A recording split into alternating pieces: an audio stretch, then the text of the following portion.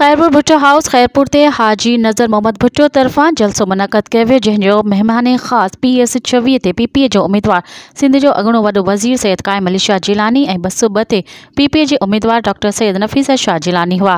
जिन जलसे खे ख़िताब कंदे चयो त पाकिस्तान पीपल्स पार्टी सॼे मुल्क मां वॾी अक्सरियत सां कामयाबी माणींदी। PPA सां का बि पार्टी मुक़ाबिलो नथी करे सघे।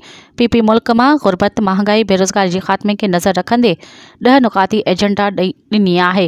कारकुननि खे घुर्जे त घर घर वञी बिलावल भुट्टो जो पैगाम पहुचाइनि। 8 फ़रवरी ते ठपो सिर्फ़ तीर ते लॻाइनि। इन मौक़े ते हाजी नज़र मोहम्मद भुट्टो, नज़ीर अहमद भुट्टो, अली बख्श गोपांग ऐं ॿिया शामिल हुआ। मज़ीद ख़बरनि ऐं तफ़सीलात लाइ विज़िट कयो असांजी वेबसाइट www.awamiNewsHD.com ऐं ॾिसंदा रहो अवामी न्यूज़ HD।